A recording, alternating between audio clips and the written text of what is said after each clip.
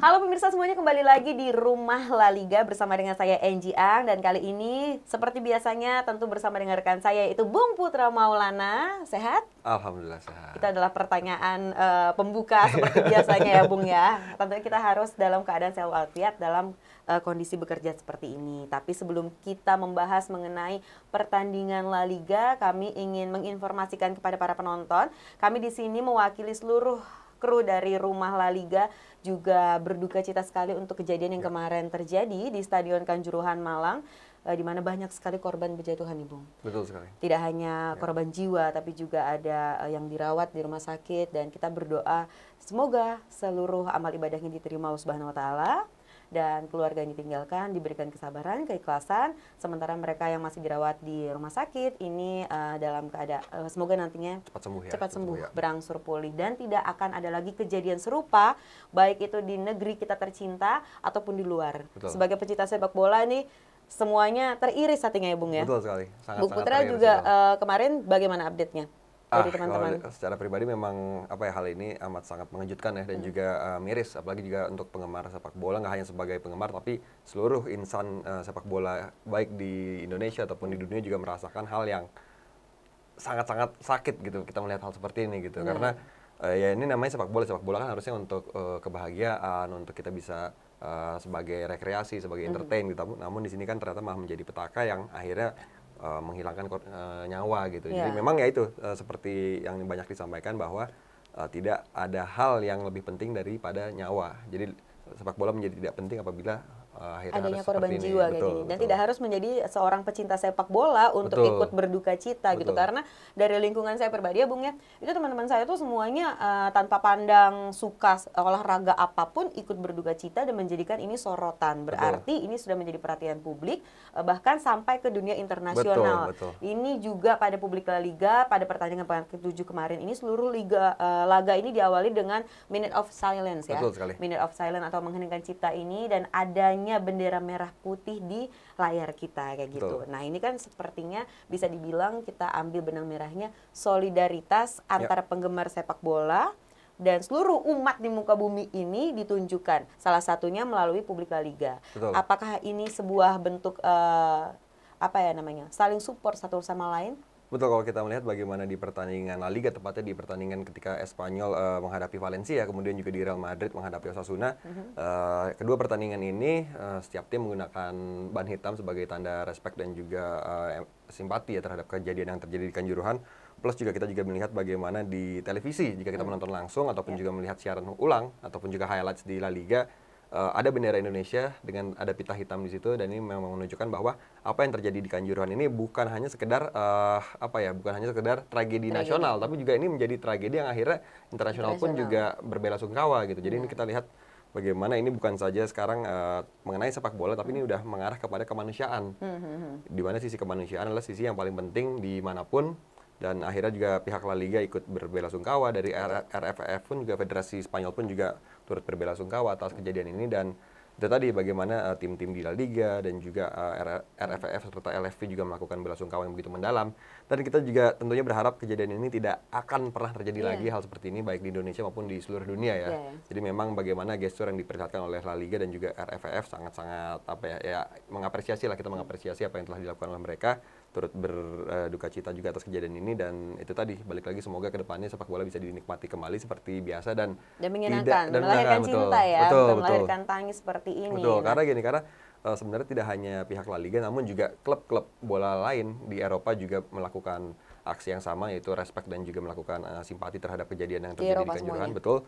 Kemudian juga klub-klub juga melakukan itu, bahkan juga beberapa pemain pun juga secara pribadi juga mengungkapkan rasa belasungkawa. Bahkan juga Presiden FIFA Gianni Infantino juga setelah memberikan pernyataan resmi di FIFA bahwa ini bukan hanya sekedar sepak bola, tapi namun sudah kemanusiaan balik lagi. Dan juga secara internasional FIFA juga menyebutkan bahwa mereka berbelasungkawa dan akan terus melakukan perbaikan terhadap sepak bola secara menyeluruh agar kejadian seperti ini tidak ada lagi. Dan minute of silence ini kan akan berlangsung hingga pekan ke-8 akhir minggu ini ya.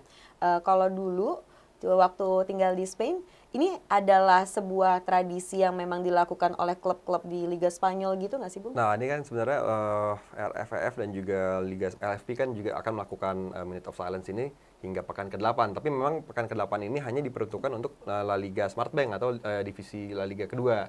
Karena untuk divisi La Liga diinfokan bahwa mereka sudah melakukannya di pekan ini, sehingga untuk pekan depan hanya untuk La Liga Smartbank.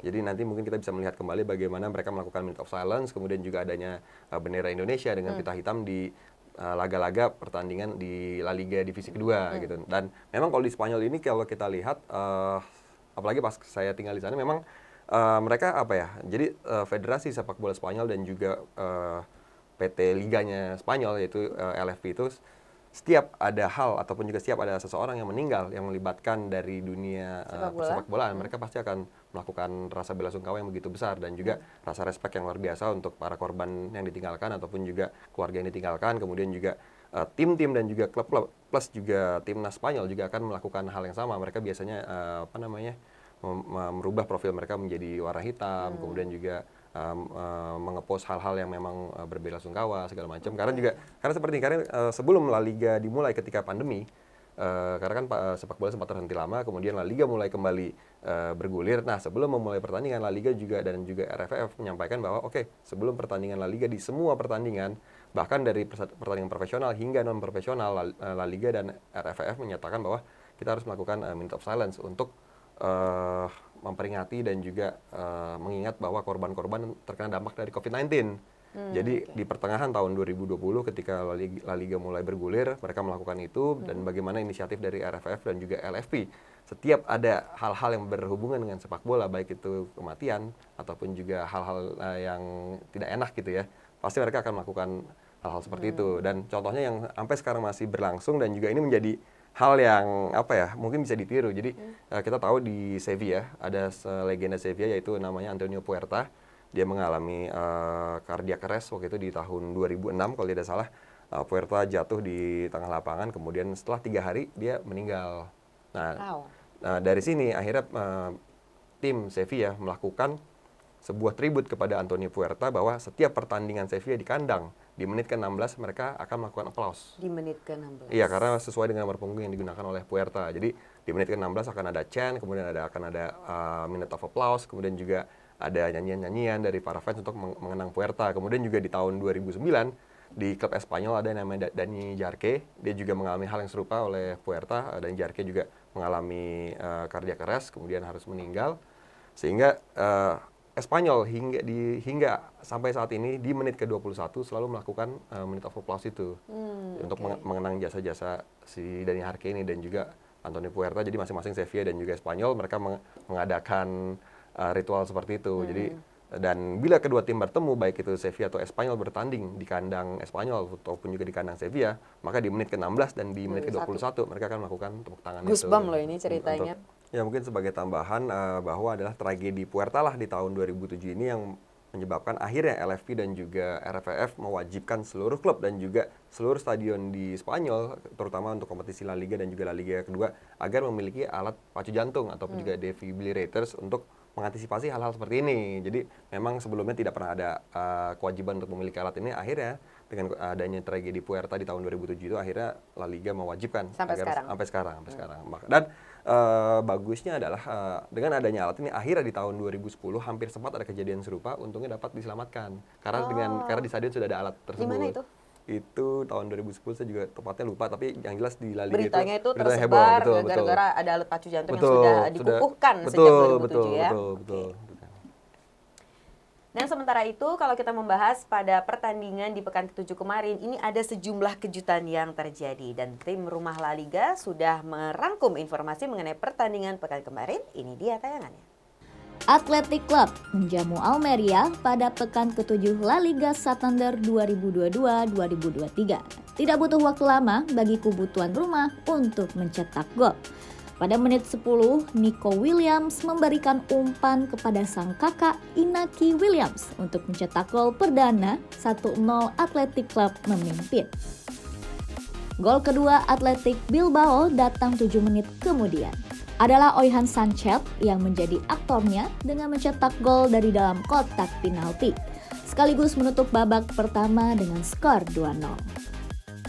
Pada menit 62, Athletic Club berhasil menambah keunggulan. Kali ini giliran Nico Williams yang mencatatkan namanya di papan skor. Michael Vesga menutup kemenangan besar Athletic Club di partai ini. 8 menit sebelum bubaran, Vesga mencetak gol dari titik putih. Raihan 3 poin membuat tim dari Bilbao ini menembus 3 besar mencetak Real Betis. Barcelona berhasil mengkudeta Real Madrid pada pekan ke-7 La Liga Santander 2022-2023 menghadapi Mallorca. Tim Katalan menang tipis 1-0. Mallorca sebenarnya memberikan perlawanan cukup sengit kepada sang tamu. Hal ini terlihat dari 3 peluang emas yang diciptakan. Namun mental dari barisan penggawa bintang Barcelona tak terbendung. Pada menit 20, Robert Lewandowski melalui gol manisnya. Skor 1-0 tak berubah hingga akhir laga dan Barcelona berhasil duduk di puncak klasemen sementara. Di partai lain, Real Madrid akhirnya harus mengakhiri 100% kemenangan menghadapi Osasuna. Los Galacticos ditahan imbang 1-1. Sejak awal laga, kedua tim sudah jual beli serangan. Real Madrid membuka keunggulan terlebih dahulu pada menit 42 melalui kaki Vinicius Junior. Pemain Brazil tersebut melepaskan bola yang berhasil menipu pertahanan lawan. Osasuna yang tak ingin terlempar dari 6 besar berusaha bangkit di babak kedua. Hasilnya langsung terlihat.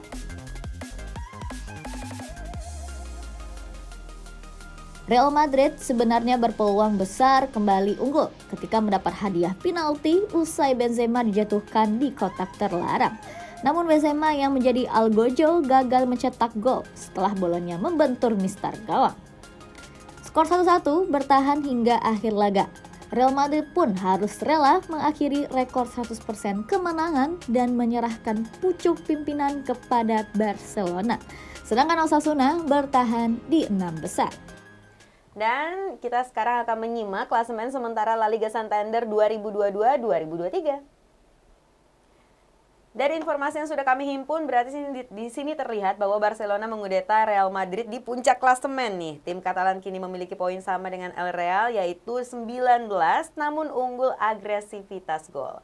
Sementara Athletic Bilbao berhasil merangkak naik ke peringkat 3 dengan raihan 16 angka dan menggeser Real Betis.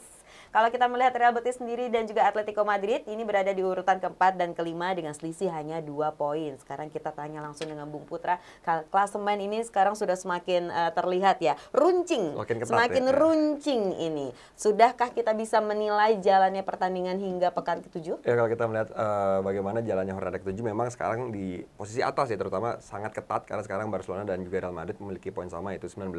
Kedua tim memang sama-sama belum mengalami kekalahan. Barcelona dan Real Madrid sama-sama menang dengan 6 kali, kemudian juga seri 1 kali. Dan di sini kita lihat bagaimana Real Betis masih konsisten di situ walaupun di pertandingan Hornada ke-7 dia mengalami kekalahan 1-0. Namun Real Betis tetap berada di peringkat yang baik ya sejauh ini, dan di situ juga ada nama Atletico Madrid yang mulai naik juga perlahan. Kemudian yang mengejutkan adalah bagaimana Athletic Bilbao yang sekarang bisa naik ke atas, ya, betul. Kan? Dan sekarang bersaing juga dengan Real Madrid dan juga Barcelona untuk mendapatkan posisi 1 dan 2. Dan di bawah itu juga masih ada nama Atletico Madrid, kemudian juga di papan tengah kita lihat tadi juga tidak banyak perubahan ya, masih stabil. Di situ masih ada Valencia, kemudian ada Real Sociedad di situ, Villarreal juga masih ada di situ.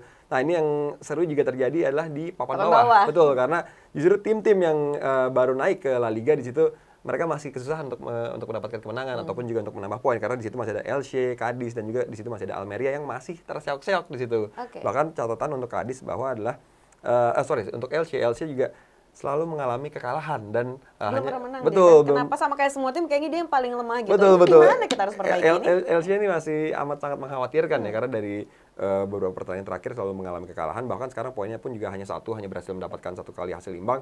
Jadi inilah untuk kalau kita melihat klasemen di bawah ini yaitu Elche, kemudian Cadiz dan juga Almeria, serta juga ada nama Sevilla yang sebenarnya amat sangat mengagetkan. Tapi kan kemarin Sevilla masih berada di bawah. Kemarin di bawah nih. Betul. Ya kan? Ini seharusnya dia tuh bisa loncatnya tuh maksimal di 2022-2023 pertengahan lah ya. Betul. Jadi nggak sedih-sedih banget kalau kita bahas tentang mereka ya kan. Ya, tapi kan ternyata sekarang Sevilla juga kemarin mengalami kekalahan 2-0 dari Atletico Madrid, padahal mereka bermain di Ramon Sanchez Pizjuan, namun juga hasilnya tidak maksimal, dan ini semakin membuat Sevilla dan juga Julen Lopetegui dalam Deg-degan posisi gitu sulit, ya. betul, dalam posisi sulit karena juga next pertandingan mereka akan menghadapi tim yang cukup berat. Untuk itu berarti memang apa ya, Julen Lopetegui harus segera inilah mencari cara bagaimana Skemanya untuk bisa gimana menyelamatkan gitu Sevilla. ya. Karena atau enggak kalau masih seperti ini ya jelas dia akan dipecat gitu Oh, ya. ini berarti adalah apa ya namanya ultimatum, Betul, ultimatum untuk dia agar bisa membawa Sevilla ini merangkak naik lagi. Betul. Nah, kalau kita bahas kayaknya papan bawah kita udah tahu nih tim-timnya ini. Kalau Ya. papan tengah ini kayaknya gesekannya juga tidak begitu kuat ya. Ya. Apakah mereka akan tetap begini-begini aja hingga akhir nanti? Kalau di papan tengah masih fluktuatif ya, masih akan terjadi perubahan Saya kira karena fluktuatifnya juga itu di papan atas enggak ya? Menurut tengah Bung juga Putri karena gimana? karena di papan tengah juga perbedaan poin juga masih sangat tipis, berbeda 1 poin, 2 poin, 1 poin, 2 poin. Jadi siapapun yang menang di Hornada selanjutnya pasti akan Naik naik tuh, turun, ya, oke, betul, oke, betul, itu dia tadi ya. Sekarang kalau kita melihat yang tadi sudah dibahas di mana ini ada dua klub yang memiliki penggemar yang sama banyaknya, Barcelona dan juga Real Madrid sekarang sama-sama ada di puncak klasemen sementara. Inikah yang sudah ditunggu-tunggu oleh para fansnya dan mungkinkah ini menjadi titik balik? Ini dia untuk La Liga 2022-2023 baru dimulai keseruannya, enggak juga ya? Enggak juga sih. Sebenarnya mungkin kalau untuk fans Barcelona ya, tepatnya ketika La Liga dimulai, pertandingan Udah. pertama itu adalah sudah mulai pertarungan antara Real Madrid dan juga Barcelona itu sudah dimulai dari sejak pertandingan pertama. Jadi bukan karena sekarang ini kebetulan poin mereka sama 19, terus baru dibilang ini sudah mulai. Dimulai, Cuma kalau gitu. menurut saya memang dari awal bahkan sebelum liga dimulai pun kadang kalau mereka bertemu di friendly match ataupun juga di ajang-ajang internasional ya pasti akan Gesekannya kencang gitu tetap ya. akan ada Kita gesekan sebagai gitu. fans juga deg-degan gitu ngelihatnya gitu. Kalau Bung Putra sendiri melihat posisi mereka sekarang ada di sini dia sejak dari awal berarti udah pekan ke-7. Pekan ke-7, Apakah betul. ini sulit atau memang di sini? Memang di poinnya? sini karena kalau kita lihat performa kedua kesebelasan Barcelona dan juga Real Madrid sekarang adalah dua tim yang belum mengalami kekalahan di La Liga. Keduanya sama-sama mendapatkan 6 kemenangan dan juga hanya 1 kali imbang. Dan ini adalah menunjukkan bahwa bagaimana performa Barcelona dan juga Real Madrid sekarang sudah stabil, sudah menemukan konsistensinya dan juga masing-masing pelatih sudah tahu nih pemain-pemain mana saja, siapa starting 11-nya, siapa best of 11 mereka yang akan digunakan di setiap pertandingan. Dan Oke. khususnya untuk Barcelona, menurut saya Barcelona penampilannya sejauh ini di musim ini di La Liga benar-benar luar biasa, menciptakan 19 gol dan juga hanya kebobolan 1 gol. Statistiknya ya. Inilah 1 gol ini hanya kebobolan 1 gol, sedangkan tim-tim lain di La Liga sudah banyak yang kebobolan, bahkan seperti tim-tim seperti Real Madrid dan juga Atletico sudah kebobolan lebih dari 5 gol, sedangkan Barcelona hingga pekan ke-7 hanya 1 gol. Dan ini adalah catatan yang luar biasa bagi Xavi bagaimana dia bisa membentuk tim Barcelona seperti ini dengan tambahan pemain-pemain baru. Di situ ada Jules Koundé di lini belakang yang saya kira juga penampilan yang luar biasa dan juga pembelian yang luar biasa dari Barcelona. Hasil bursa transfer betul nih. di sisi kanan kan juga ada Hector Bellerin yang dan juga sekarang Alejandro Balde muncul dari sistem La Masia, muncul ke skuad utama Barcelona juga menjadi pemain kunci juga di lini belakang. Ditambah juga ada tambahan ada Andreas Christensen di sana, kemudian juga pemain-pemain baru Barcelona yang akhirnya sekarang udah nyetel di dalam skuad dan sekarang terlihat bagaimana Xavi tinggal Tinggal ibaratnya mainin panen. aja, Ya, mainnya betul. tinggal panen Betul. ya bahasa Iya. Bung Putra ya berarti. Sementara kalau kita ngelihat lawannya nih, bukan lawan sih, maksudnya rival kuatnya Yap. yaitu Real Madrid sendiri, dia kalau ngelawan Osasuna tuh kayaknya langsung oke. Gara-gara kemarin disikat habis lah itu semua Betul. dengan 100% kemenangannya. Memang seharusnya seperti itu kah? Udah di setting nih kayaknya kalau memang Real Madrid yang kalah nggak lucu dong kayak gitu. Jadi gimana gitu. Tapi kalau kita lihat bagaimana akhirnya ya rekor Real Madrid yang 100% dengan menyapu bersih semua dengan kemenangan akhirnya kan gagal dan juga tumbang di tangan Osasuna walaupun tidak kalah, tapi skornya adalah hasil imbang yang sebenarnya sangat merugikan untuk Real Madrid karena mereka sebenarnya bermain di Stadion Santiago Bernabeu, stadion yang biasanya mereka sangat-sangat superior di situ. Namun Osasuna tim yang memang dari awal juga kita sudah bicarakan tim yang mendadak di musim ini menjadi kuda hitam dan juga bisa menerobos 5 besar gitu. Akhirnya Osasuna menunjukkan bahwa walaupun mereka bermain dengan 10 orang sejak menit ke-80 kalau tidak salah, mereka Kayaknya bisa boleh dibahas sedikit itu pas ya, jadi pada pertandingan kemarin ini di Hornada ke-7 Real Madrid menghadapi Osasuna dan Osasuna itu pemainnya Cuma ada yang kartu merah di Oke. menit ke-78 kalau tidak salah, satu pemain kartu merah dan Real Madrid sebenarnya mendapatkan penalti Oke. dan bisa memenangkan pertandingan melalui Benzema. Namun eksekusi penalti Benzema Gagal. mengenai tiang gawang. Akhirnya skor berakhir dengan skor 1-1 walaupun di 12 menit terakhir setelah gagalnya penalti itu Real Madrid mencoba menggempur habis Osasuna, namun Osasuna bisa bertahan dan penampilan kipernya juga luar biasa, Luar biasa dari ya. Herrera, betul Herrera tampil luar biasa. Akhirnya Real Madrid juga harus puas mendapatkan 1 angka, walaupun secara pertandingan memang statistik ball possession Real Madrid jauh menang, yaitu kalau tidak salah 64%, 36 berbanding 36%. Kemudian total shots yang dilesakan oleh Real Madrid itu 22 shots, yaitu 22. artinya memang banyak sekali serangan yang diterima oleh Osasuna. Dan tapi ya balik lagi hasil akhir adalah hasil yang paling penting. Osasuna berhasil membawa pulang 1 angka dari Bernabeu dan saya kira nih Osasuna pasti akan sangat senang. Ya senang lah dia, bayangin aja gitu kan. Kalau sebelumnya ini peringkat ketiga dan keempat ini dihuni Real Betis dan juga Villarreal maupun Osasuna. Sekarang ini dihuni sama Athletic Bilbao bersama dengan Real Betis. Kan ini kan merupakan kunci peluang juga kalau dia kemarin tuh memenangkan dengan si Real Madrid ya. Mana tahu dia bisa balik lagi ke tempat 3 ataupun 4. Ya, mungkin nggak dia balik lagi? Ini jelas sangat mungkin, apalagi kita melihat bagaimana di persaingan di zona Eropa ini di peringkat terutama di peringkat ke-3, 4, 5, 6 ini masih sangat-sangat ketat sekali karena di situ ada Real Betis. Tajem banget betul, nih. di situ ada Bilbao sekarang dengan 16 poin di peringkat ketiga, kemudian juga Real Betis dengan 15 poin. Namun jangan lupa di bawah mereka masih ada Atletico yang sekarang sudah mengemas 13 poin dan memiliki jarak hanya berbeda 2 angka dari Real Betis dan juga 3 angka dari Bilbao. Artinya di Jornada ke-8 apabila Atletico menang dan 2 tim di atasnya yaitu Betis ataupun Bilbao kalah, otomatis Atletico akan menyalip. Jadi memang masih perubahan akan sangat cepat sekali di klasemen karena memang ya masih terlalu dini untuk menentukan siapa yang akan bertengger lama di situ. Sehingga memang ya ini sangat seru lah kita lihat bagaimana di zona Eropa ini masih akan banyak perubahan terjadi serta tim-tim yang ada di sini sekarang juga tim-tim yang mengejutkan gitu, termasuk ada Osasuna di sana, Real Betis di situ, kemudian juga Bilbao yang mendadak performanya tampil luar biasa. Bagaimana duet Williams Brothers ya kembali menunjukkan kelasnya di pertandingan kemarin. Mereka menang, Bilbao menang 4-0, kemudian juga Real Betis tadi yang saya bilang walaupun mereka kalah dengan skor 1-0 namun mereka tetap berada di peringkat keempat betul, karena poin mereka sebelumnya juga berhasil mendapatkan poin yang cukup bagus sehingga kekalahan ini tidak membuat Real Betis mental dari zona Eropa itu tadi. Kalau kita bahas tentang papan klasemen sementara, yang paling mengejutkan dari hasil so far nih, itu yang mana sih di mata Bung Putra? Kalau mungkin yang saya perhatikan adalah ya bagaimana Athletic Bilbao dan juga Real Betis sih. Sesuai dengan sekarang ini klasemen sekarang Real Betis di peringkat ke-4 kemudian Bilbao di ketiga, bagaimana Athletic Bilbao di bawah Ernesto Valverde bisa meracik dan juga merubah Bilbao menjadi tim yang lebih solid dan juga lebih menakutkan bagi lawan karena pemain-pemainnya seperti Williams Brothers, Iñaki dan juga Nico Williams tampil begitu luar biasa baiknya. Koneksi antara adik dan kakak ini mungkin mereka punya ini kali koneksi batin juga mungkin ya. Juga betul gitu, karena main. Di pertandingan kemarin Bilbao menang 4-0, kemudian juga gol pertama Iñaki Williams mendapatkan assist dari adiknya Nico Williams, kemudian gol ketiga Bilbao dihasilkan oleh Nico Williams yang mendapatkan assist dari kakaknya Iñaki Williams. Jadi mereka kembali menciptakan gol di laga yang sama dan Bilbao dengan kemenangan ini berhasil meraih 3 kali kemenangan beruntun. Nah, ini adalah hasil yang memang fantastis untuk Ernesto Valverde membawa Bilbao bisa sekarang hingga Jornada ke-7 bisa berada di peringkat ketiga itu tadi. Oke, sesuai dengan papan klasemen sementara saat ini berarti ya. Nah, kalau kita tadi membahas tentang papan klasemen sementara, sekarang kita beralih ke para punggawanya nih. Yang menjadi sorotan salah satunya di pertandingan pekan lalu adalah Ansu Fati, di mana untuk pertama kalinya ia ini bermain sejak menit awal di musim ini dan lalu menyumbang assist untuk gol kemenangan Lewandowski. Kalau Bung Putra, apakah terkejut dengan apa yang dilakukan Ansu Fati? Terkejut sih enggak sih, karena dari mulai Kok enggak sih? Saya kan harapannya kayak karena gini, tunggu dulu. Sekali, gitu. Karena memang dari debutnya Ansu Fati di Barcelona di tahun 2019, saya sudah terkejut di situ. Oh, jadi terkejutnya duluan. Udah dari 3 tahun lalu terkejut melihat Ansu Fati. Oke.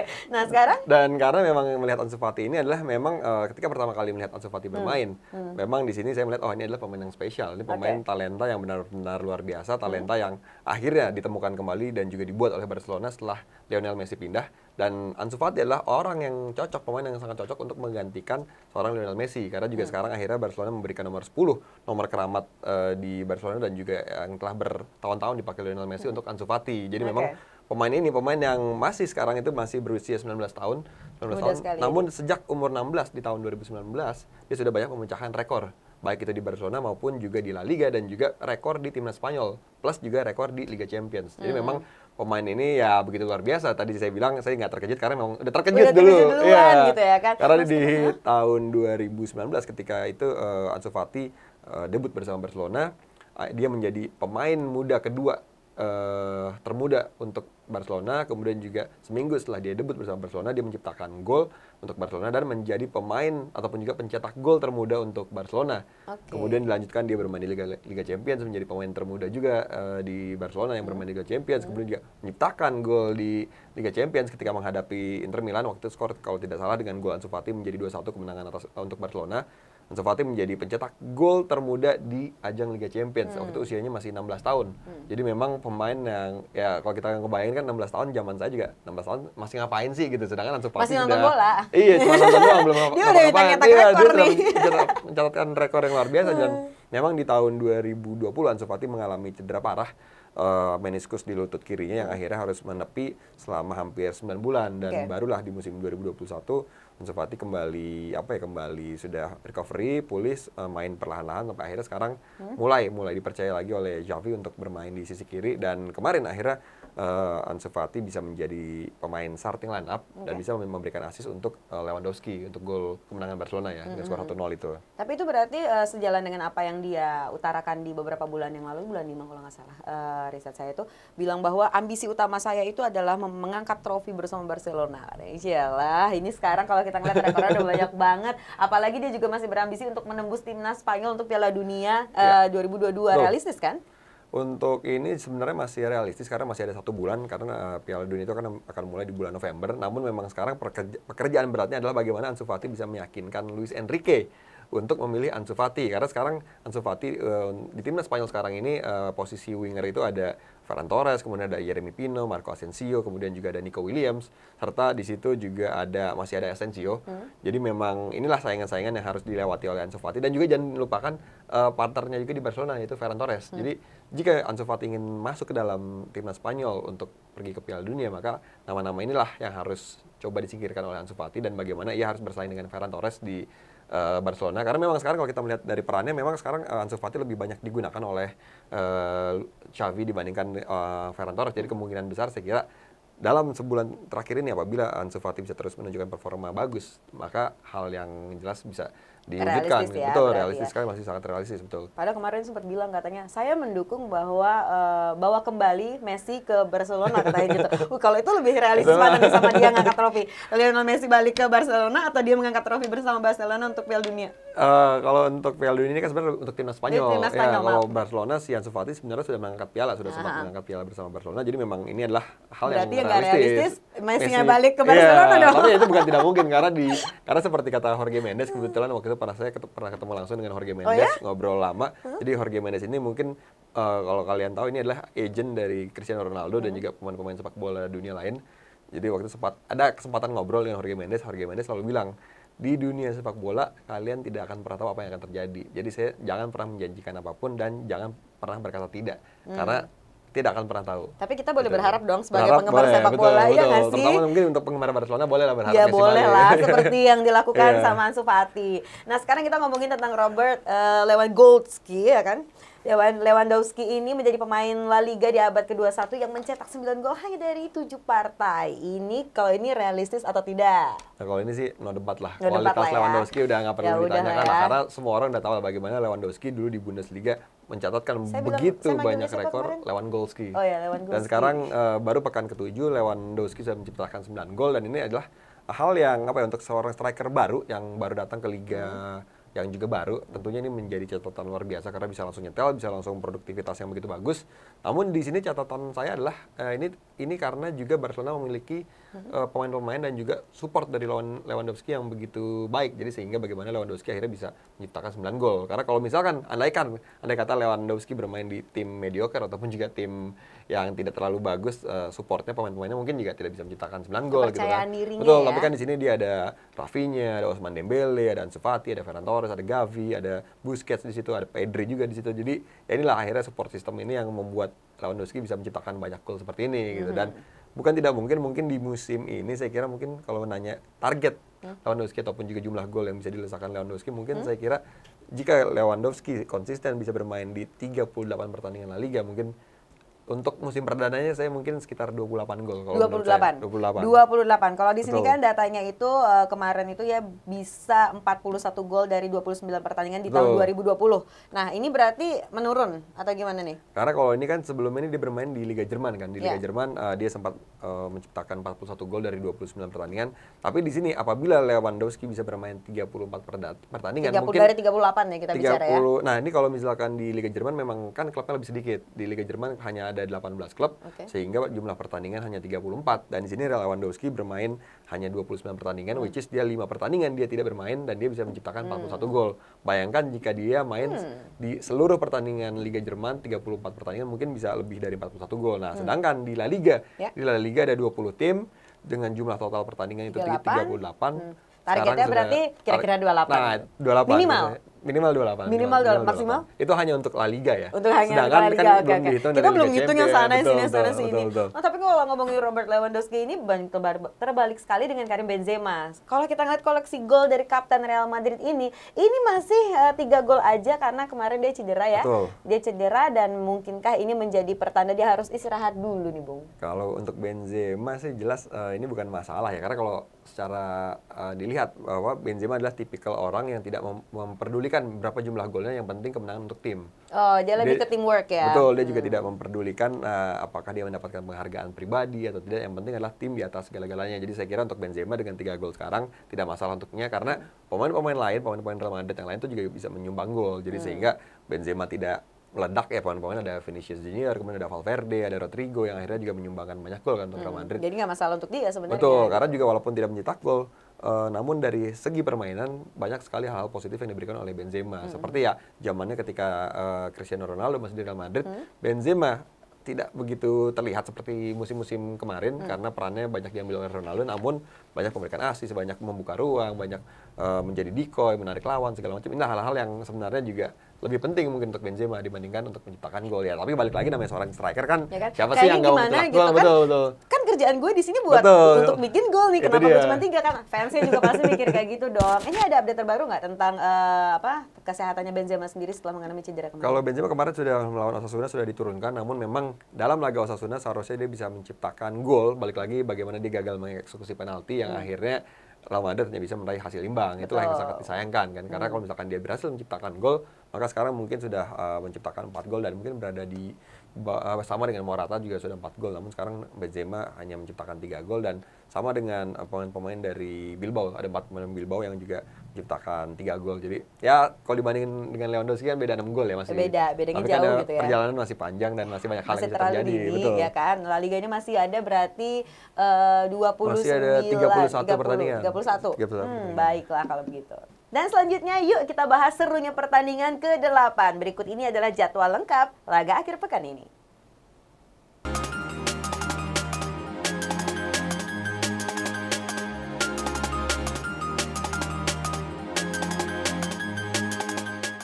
Tim rumah La Liga juga memiliki 5 pertandingan pilihan yang akan kita diskusikan prediksinya dengan Bung Putra. Nah, tim yang memutus rekor 100% kemenangan Real Madrid di musim ini, Osasuna akan melawan Valencia. Nah, ini sekarang Valencia Osasuna siapa nih? Kalau kita Pegang melihat siapa nih? performa kedua tim, Osasuna dan juga Valencia, ini saya kira hasil akan imbang.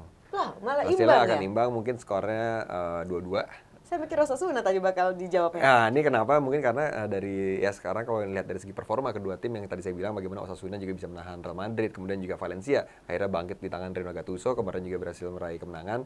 Nah, dan kalau kita melihat 5 head to head terakhir, memang di sini dalam 5 pertandingan terakhir antara Osasuna dan Valencia, Osasuna menang 2 kali, Valencia menang 2 kali, dan imbang 1 kali. Jadi memang lagi sama-sama kuat nih ya, dari segi head to head. Namun juga dari segi performa saat ini, saya kira kedua kesebelasan akan bermain imbang. Tapi kalau imbang pun meskipun demikian yang agresivitasnya tinggi siapa? Mungkin Valencia. Mungkin Valencia. Tapi kalau misalkan Valencia menang dalam laga ini, otomatis Valencia akan memiliki poin yang sama dengan Osasuna, itu 13 poin dan akan naik. Tapi ya itu balik lagi, kalau dari pandangan saya laga ini akan berakhir dengan skor imbang.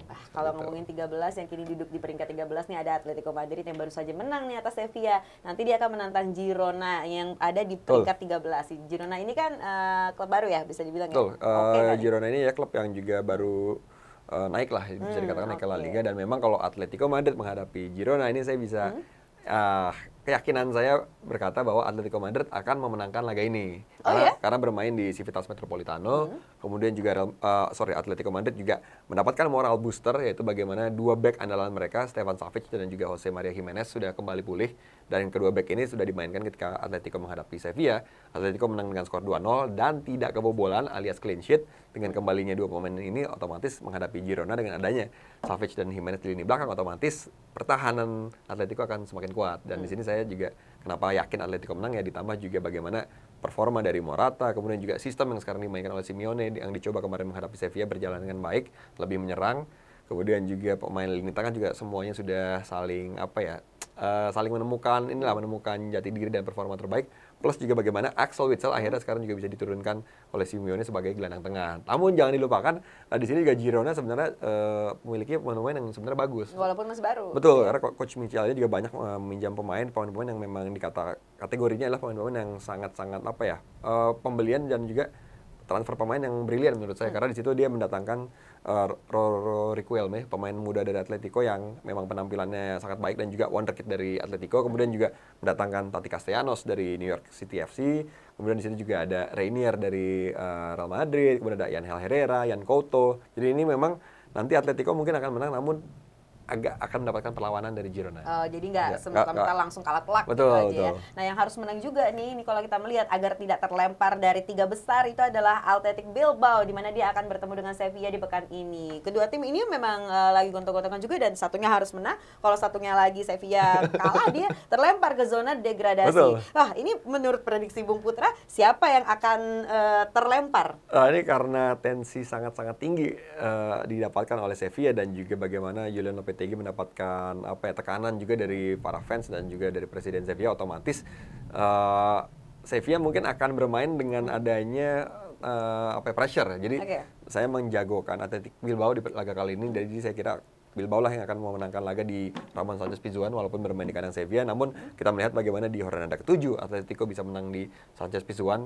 setelah 4 tahun saya kira tidak menang di sana. Jadi ini adalah peluang Bilbao, bagaimana Bilbao bisa mencuri poin di Pizjuan, dan performa Bilbao yang sejauh ini tampil luar biasa, 3 kali kemenangan beruntun. Kemudian juga Williams Brothers tampil luar biasa, di situ juga Ojan Sanchez tampil luar biasa. Kemudian juga bagaimana ada Iker Muniain di situ yang juga sebagai kapten tim yang memiliki roh permainan dari Bilbao. Jadi memang Sevilla lah yang harus mencoba untuk bangkit, namun di sisi lain tekanan juga begitu besar terhadap mereka. Jadi Julian Lopetegui harus mencari cara bagaimana agar Sevilla bisa keluar dari tekanan. Dan balik lagi, permasalahan dari Sevilla adalah lini pertahanan mereka yang tak kunjung membaik, karena sering sekali Lopetegui menggonta-ganti komposisi dari pertahanan lini belakang yang akhirnya sekarang dihuni oleh 2 pemain muda, yaitu ada ada Carmona di situ, dan juga back tengah mereka juga pemain muda. Jadi inilah yang harus segera dicari solusi oleh Lopetegui. Kalau gitu nama besar kayak Real Madrid yang kemarin itu kalah sama, bisa dibilang imbang ya sama Osasuna, ini kan besok kan ketemu sama Getafe nih. Ya. Nah, perbaikan apa yang perlu dilakukan Real Madrid nih biar nggak kecolongan lagi? Nah, kalau Real Madrid menghadapi Getafe, saya kira nih Real Madrid akan menang, tapi telak, tidak mudah. Oh, nggak mudah Menang sama kayak tadi ya.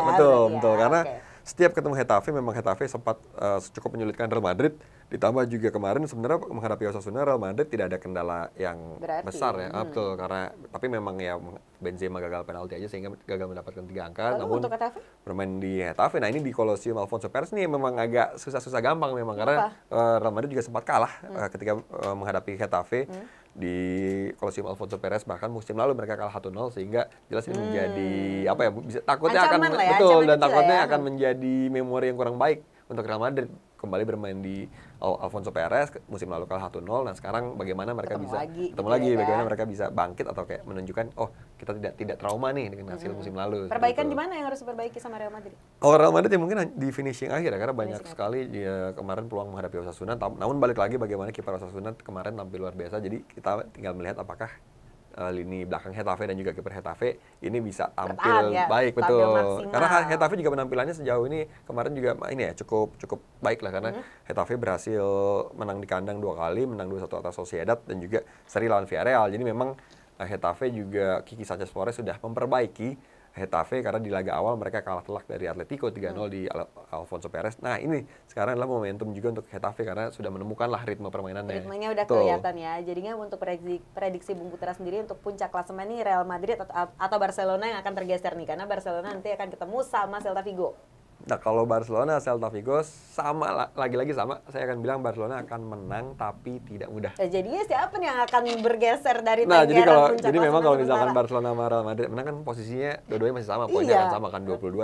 Namun memang di sini Celta Vigo saya kira akan mengejutkan Barcelona karena Celta Vigo pernah melakukan ini. Bagaimana Celta Vigo menang di Camp Nou dengan skor 2-1. Waktu itu pahlawannya adalah Santi Mina, menciptakan 2 gol brace untuk Celta Ya. Vigo dan mengejutkan publik Barcelona di tahun 2020, di musim 2020-2021, dan dengan kekalahan tersebut Barcelona akhirnya gagal untuk mengejar Atletico Madrid untuk menjadi juara La Liga. Jadi lagi-lagi Celta Vigo memang menunjukkan bahwa ini ya tim yang suka mengejutkan gitu, seperti ketika Celta Vigo menghadapi Atletico juga mengejutkan kan, bisa menang di Metropolitano gitu, Celta Vigo. Oke, baiklah, kita akan melihat bagaimana jalannya pertandingan untuk pekan ke-8, sesuai atau tidak dengan prediksi dari Bung Putra, atau mungkin dari prediksi teman-teman yang sedang menonton di rumah La Liga kali ini. Nah, sekarang ternyata kita sudah sampai nih terakhir untuk ngobrol-ngobrol dengan Bung Putra untuk pekan ini. Nanti kita akan ketemu lagi di pekan-pekan selanjutnya.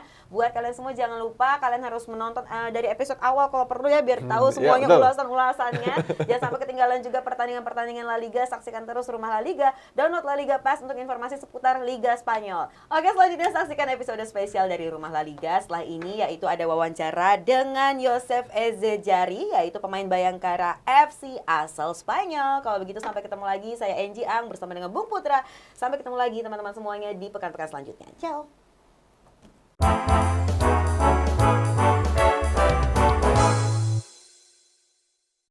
Hello, I'm Josef Esejari, a football player from Bayankara FC, and I'm a Spanish football player. Welcome to the Roma La Liga.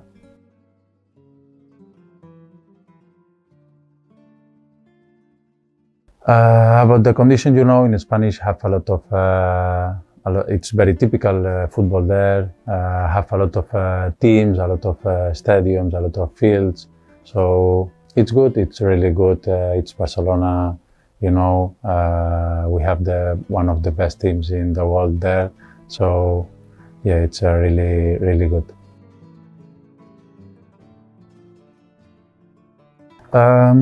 In my opinion, I think so. In Indonesian football, it's more physical, and Spanish football, it's more tactical. Of course, about the quality in Indonesia and Spain have quality. It's about that. In my opinion, it's difficult, because have nice stadiums there, and I would choose Santiago Bernabeu.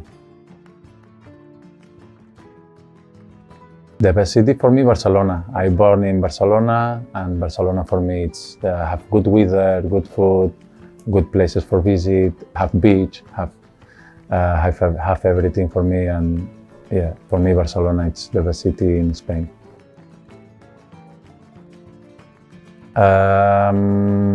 Difficult also to choose, but I think so. Andrés Iniesta, quality player.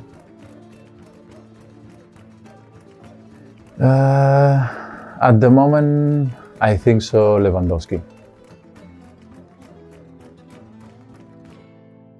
Now some teams have more budget, like Barcelona, and I think so. They are improving step by step, year by year. So I think so. Have the clubs sign better football players, and they are improving. Difficult, because in Spain have good coaches. Have, for example, Cholo Simeone from Atletico Madrid, have Carlo Ancelotti from Real Madrid, and now Xavi in Barca, So at the moment, I think so Ancelotti, because now I know Xavi's starting now, and need some years to adaptation and have experience.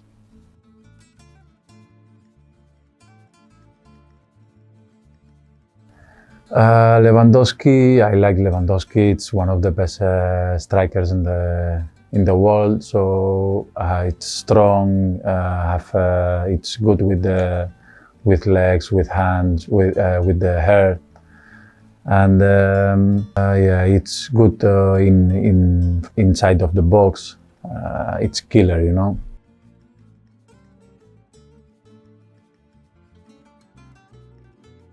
Yeah, Madrid, is one of the best teams in the world. Have the best players also, so have also good management, good coach. So they have the same coaches from years ago. Also same basic players years ago. They know each other. I think so. Yeah, just they improve with some new signings, and they have a lot of also young players like Camavinga, now Vinicius. That's why they are doing well. Difficult now. Have a lot of teams doing well. Madrid, Barça, Atletico, Sevilla, also Betis. But I hope Barça.